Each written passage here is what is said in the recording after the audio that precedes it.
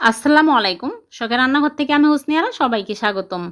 আজকে আমি নতুন আরও একটি রেসিপি নিয়ে হাজির হয়েছি। আমার আজকের রেসিপি চিড়া দিয়ে মজার সন্দেশ। এই সন্দেশ খেতে এতটাই টেস্টি হয়, মনেই হবে না যে চিড়ার সন্দেশ খাচ্ছি, মনে হবে গুঁড়া দুধের সন্দেশ খাচ্ছি, এতটাই টেস্টি হয়। আশা করি সবারই খুব ভালো লাগবে। ভালো লাগলে আমার চ্যানেলটিকে সাবস্ক্রাইব করার অনুরোধ রইল, আর পাশে থাকা বেল আইকন প্রেস করে অল করে দিবেন। তাহলে চলুন মূল পর্বে চলে যাই। চিড়ার সন্দেশ বানাবো, এর জন্য প্রথমে আমি 1 কাপ চিড়া নিয়েছি। সাদা চিড়া, যে কোনো চিড়া নিলেই হবে। আমি ভালো করে ঝেড়ে পরিষ্কার করে নিয়েছি। এখন আমি ব্লেন্ডার জাগে নিয়ে একদম মিহি করে ব্লেন্ড করে নিব। দেখুন একদম মিহি করে ব্লেন্ড করে নিয়েছি। এখন এগুলো আমি চেলে নেব। একটা চালনিতে ঢেলে নিচ্ছি। অনেক সময় চিড়ার মধ্যে ধান থাকে, আবার চিড়া গোটা থেকেও যেতে পারে। চেলে নিলে ভালো হবে। দেখুন এগুলো এখন আমি ফেলে দিচ্ছি। এখন এই চিড়ার গুঁড়াগুলো ঘিয়ে ভেজে নেব। চুলায় প্যানে দিয়ে দিচ্ছি 1 চামচ ঘি। ঘি যখন মেল্ট হয়ে যাবে তখনই চিড়ার গুঁড়া দিয়ে দিচ্ছি। আর চুলার আঁচ একদম লো আঁচে করে রেখেছি। এখন নেড়ে চেড়ে 3-4 মিনিট ভেজে নেব। ভাজা হয়ে গেছে। এখন আমি চুলা থেকে নামিয়ে একটা বাটিতে ঢেলে এক সাইডে রেখে দিচ্ছি।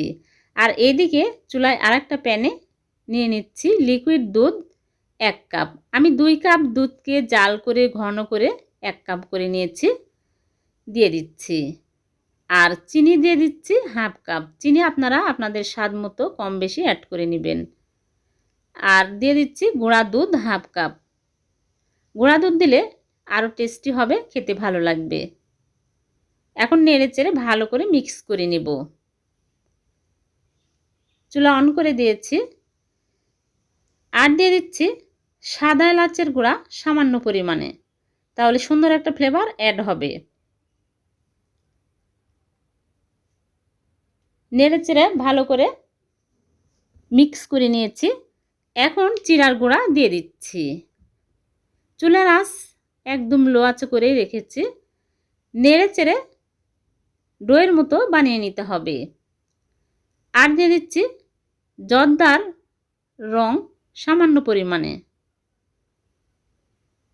এটা অপশনাল, না দিলেও কোনো সমস্যা নেই, কালার সুন্দর লাগবে এজন্য। আরও 1 চামচ ঘি দিয়ে দিচ্ছি। ঘি দিলে ফ্লেভার ভালো লাগে, খেতেও ভালো লাগে। এখন অনবরত নেড়ে চেড়ে যখন দেখবেন যে প্যানের গা ছেড়ে আসছে তখনই বুঝতে হবে হয়ে গেছে।